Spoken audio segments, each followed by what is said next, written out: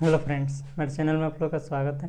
दोस्तों, आज हम लोग पढ़ने वाले हैं प्रश्नावली 3.1 यानी दो चरों वाले रैखिक समीकरण युग्म। हम लोग देखेंगे दो चरों वाले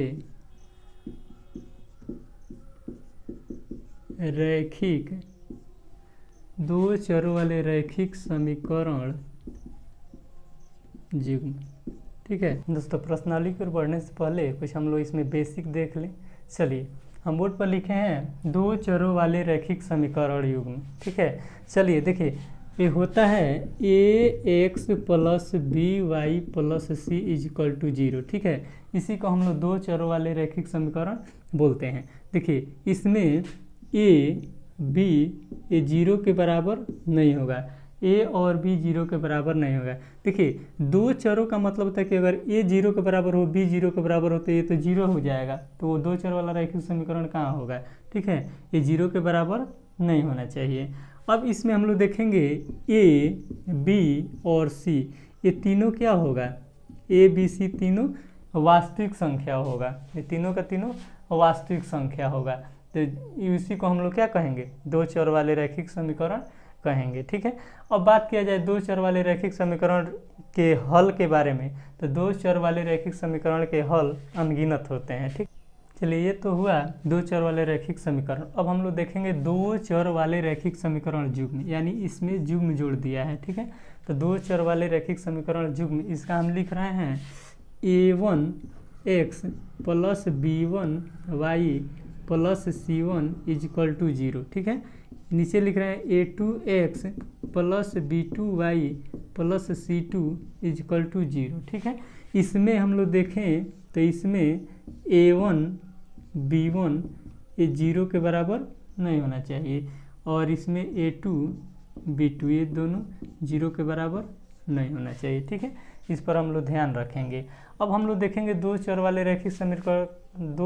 रैखिक समीकरण युग्म के हल के बारे में। ठीक है, तो इसके हल के बारे में हम लोग बात करें तो इसका तीन कंडीशन होता है। पहला का हम बात करें तो पहला है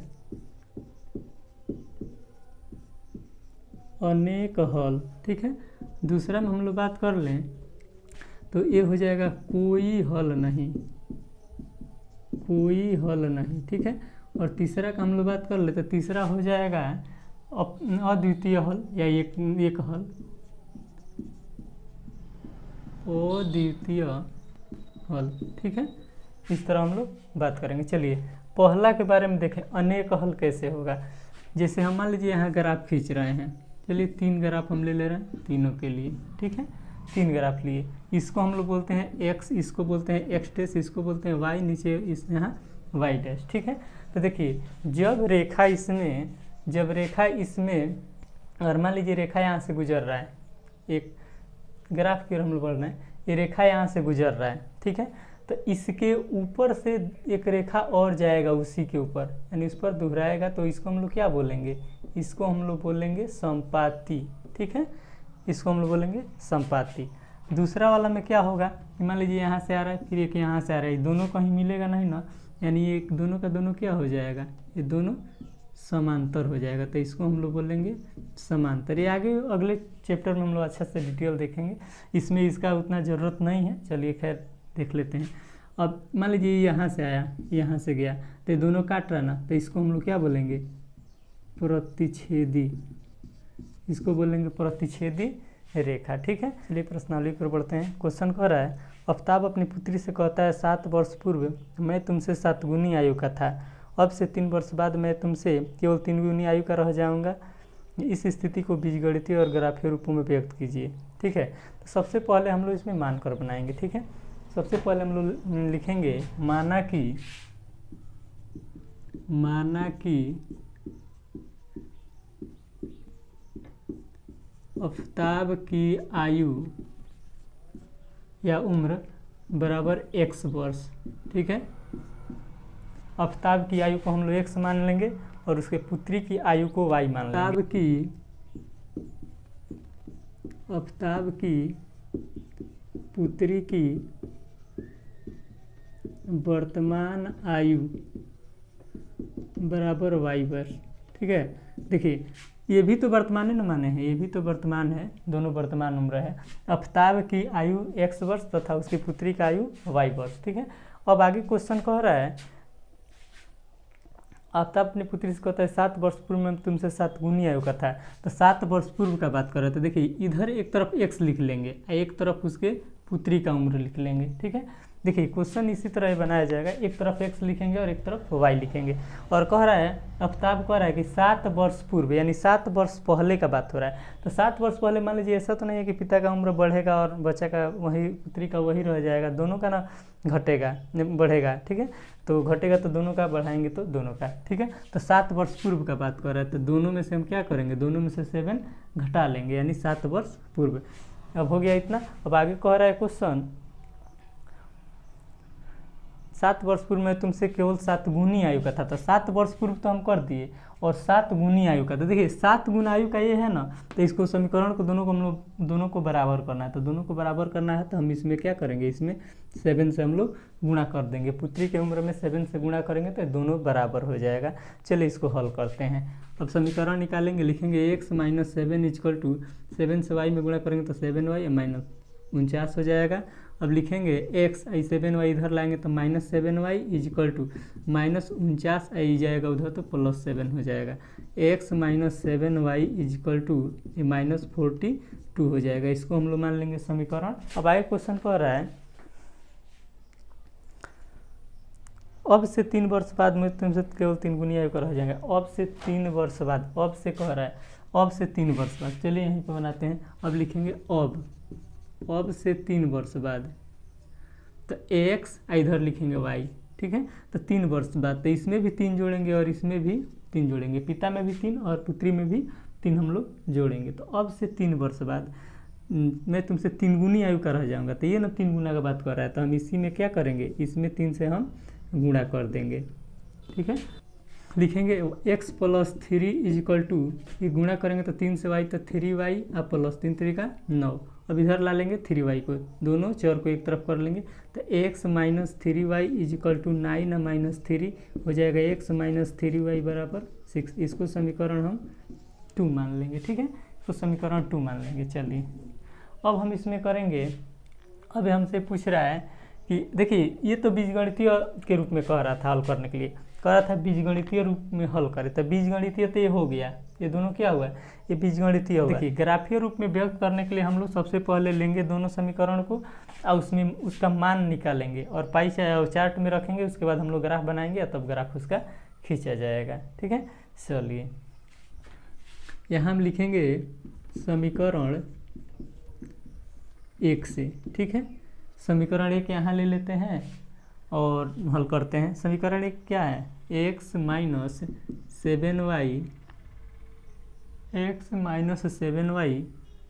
इक्वल टू -42। ठीक है, अब इसका मान निकालने के लिए हम लोग क्या करेंगे ना कि इसको उधर भेज दिया जाएगा, किसी एक को उधर हम लोग भेजेंगे। मान लीजिए यहाँ लिखते हैं x बराबर माइनस, अब मान लीजिए इसको हम उधर भेजेंगे ना 7y को, तो प्लस में हो जाएगा 7y प्लस में और -42 हो जाएगा। अब इसमें मान रखेंगे तो लिखेंगे y बराबर 6 रखने पर, y बराबर 6 रखेंगे तो ये हो जाएगा x इक्वल टू 7 × 6 - 42, यानी x इक्वल टू ये 42 और -42, यानी दोनों को घटाएंगे तो मान हमारा क्या आएगा, 0 आएगा।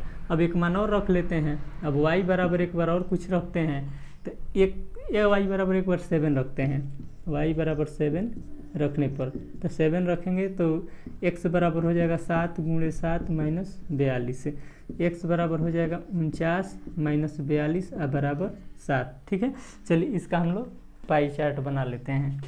इस तरह एक चार्ट बना लेंगे और उसमें दर्शा देंगे।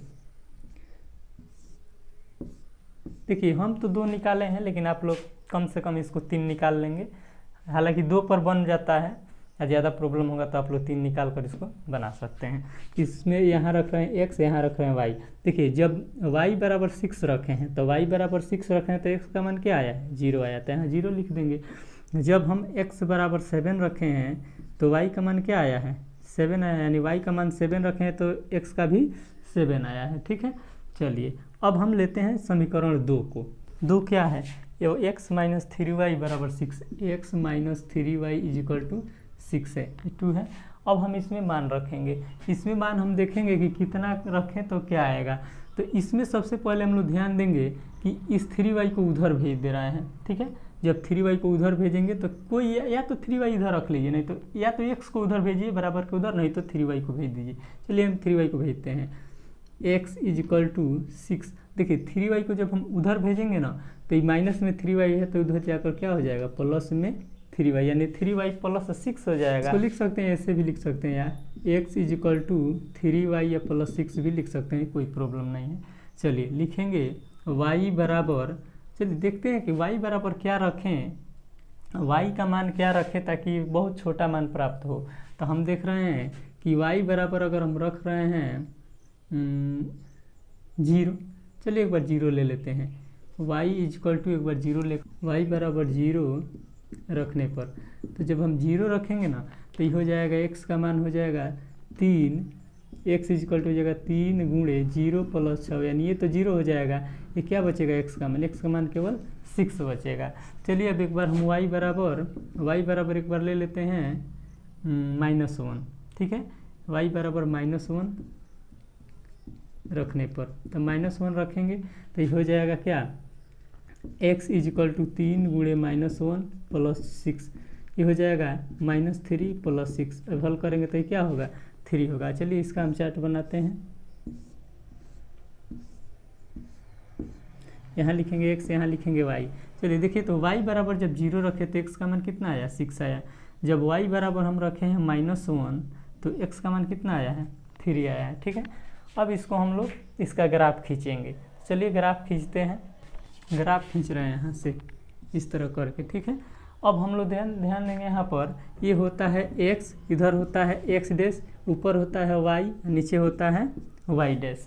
अब सबसे बड़ा इसमें देखने वाला चीज़ ये है कि हम लोग ध्यान देंगे इसमें कि दोनों चार्ट में सबसे बड़ा संख्या क्या है। तो दोनों चार्ट में जो बड़ा दिखाई देगा लगभग उतना ही तक हम लोग इसमें खींच लेंगे। तो देखिए सबसे बड़ा इसमें 7 दिखाई दे रहा है, तो हम इसको 7 तक बढ़ा रहे हैं, ठीक है।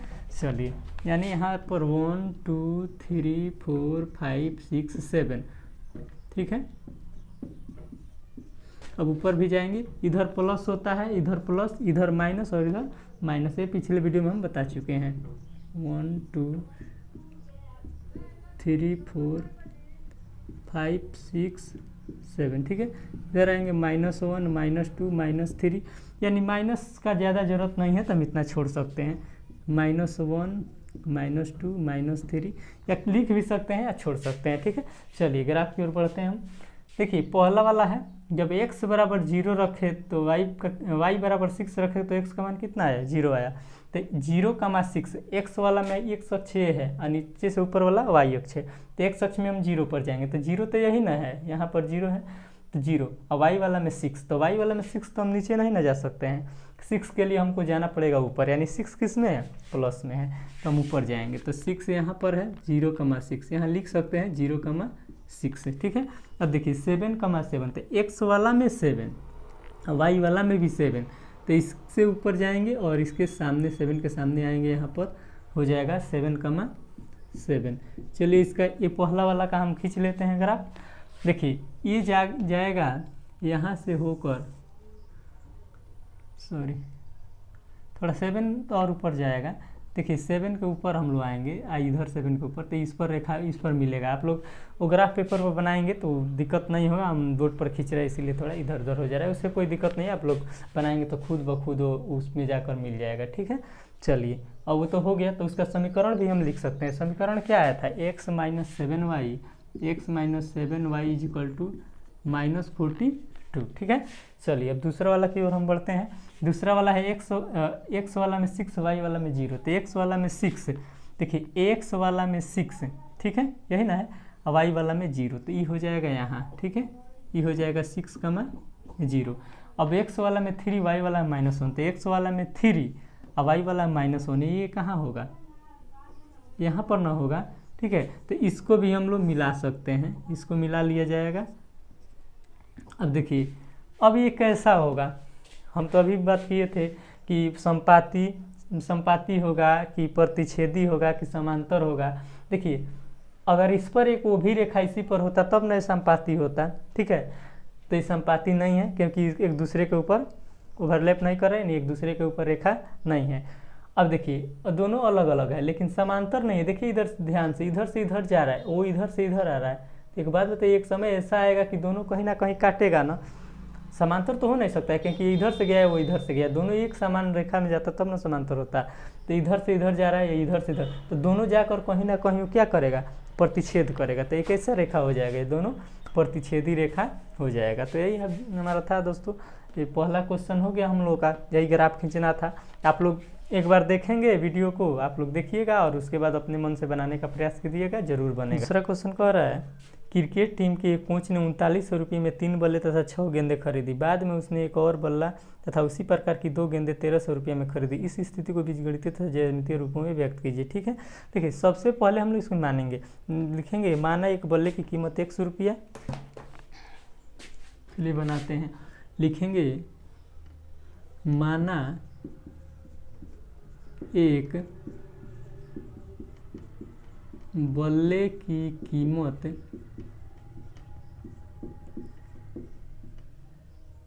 बराबर 100 रुपये। देखिए इसमें कह रहा है 3 बल्ले और 6 गेंदे। 3 बल्ले का बात कर रहा है तो हम लिखेंगे 3x प्लस 6 गेंदे यानी 6y बराबर कितना में खरीदता है, 3900 रुपया में।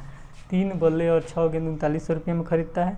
तो उसके बाद कह रहा है बाद में उसने एक और बल्ले तथा उसी प्रकार की 2 गेंदे, एक और बल्ला यानी एक और बल्ला, तो 1x लिख सकते हैं या केवल x भी लिख सकते हैं क्योंकि 1 से गुणा करेंगे तो कोई प्रॉब्लम नहीं होगा। 1x प्लस 2y बराबर 1300 में खरीदता है। इसको समीकरण 1 मान लेंगे, इसको समीकरण 2 मान लिया जाएगा, ठीक है।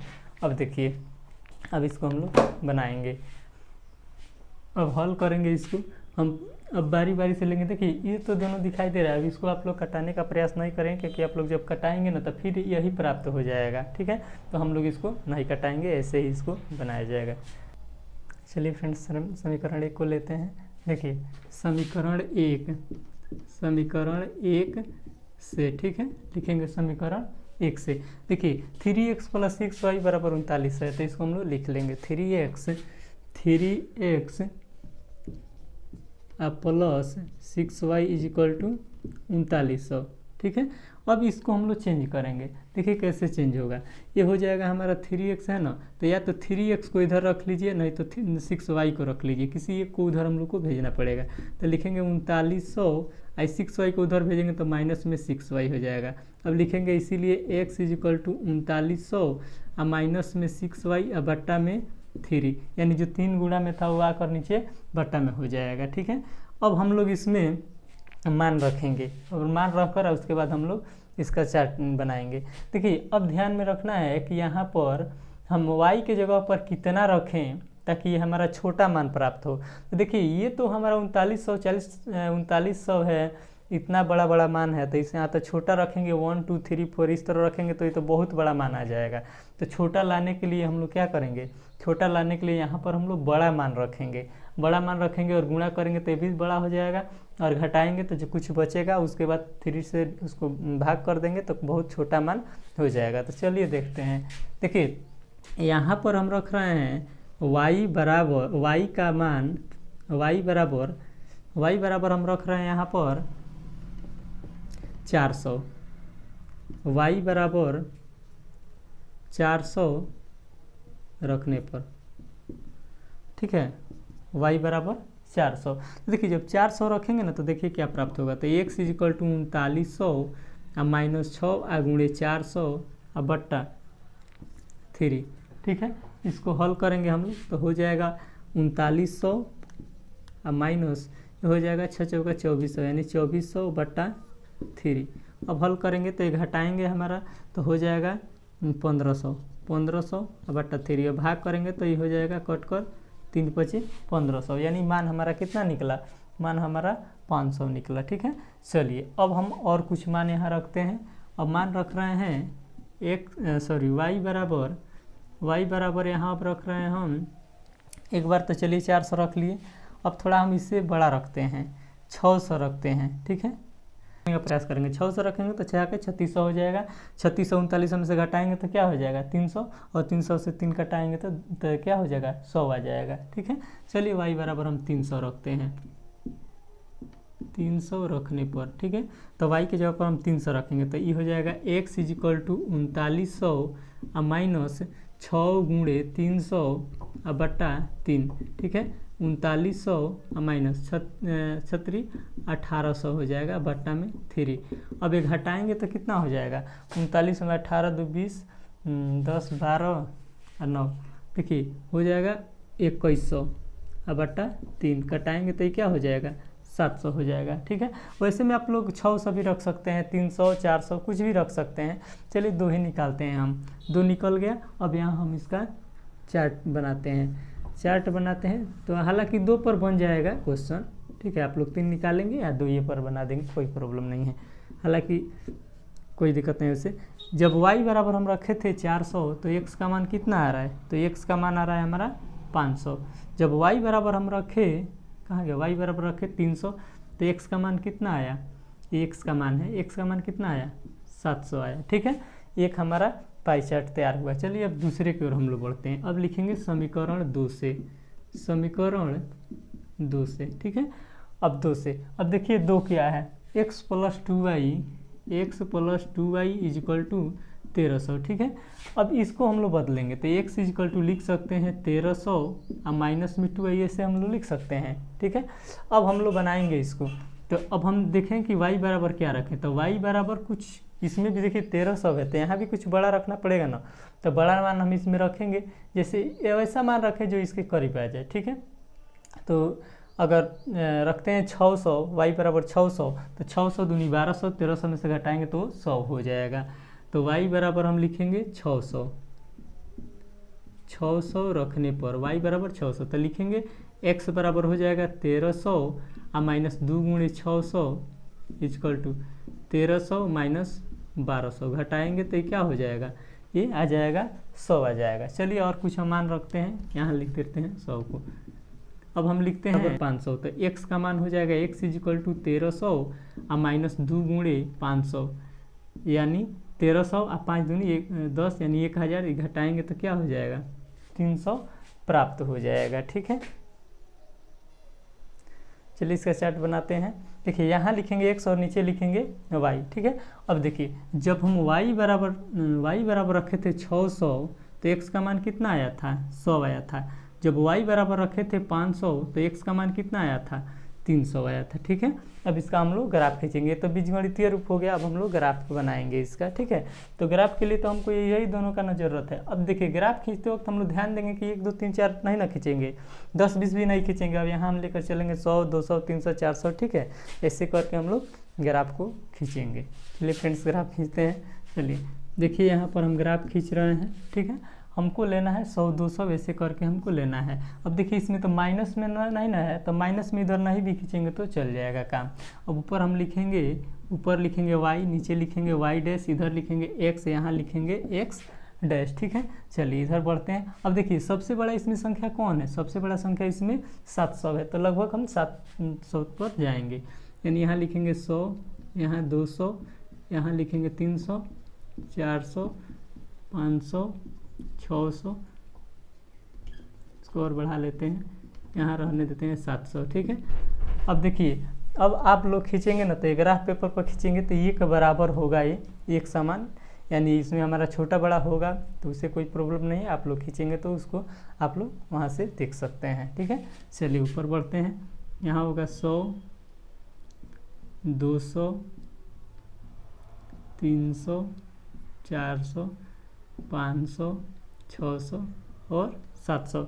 इधर आएंगे तो माइनस में 100 माइनस में 200 ऐसे करके बढ़ जाएगा। इधर 1 2 यानी माइनस में 100 माइनस में 200, माइनस में कोई नहीं है इसीलिए पूरा हम नहीं खींच रहे हैं, आप लोग खींच सकते हैं। चलिए अब देखिए x वाला में 500 पर जाएंगे तो x वाला में 500 यहाँ है ना, और y वाला में 400, तो x वाला में 500 और y वाला में 400। देखिए तो इसके सामने और इसके सामने यानी यहाँ पर आएगा ना, वो वहाँ पर आ जाएगा। ठीक है, तो यहाँ पर हम लिखेंगे 500 = 400, लिख सकते हैं, देखने में स्पष्ट होगा, यानी दिक्कत नहीं होगा।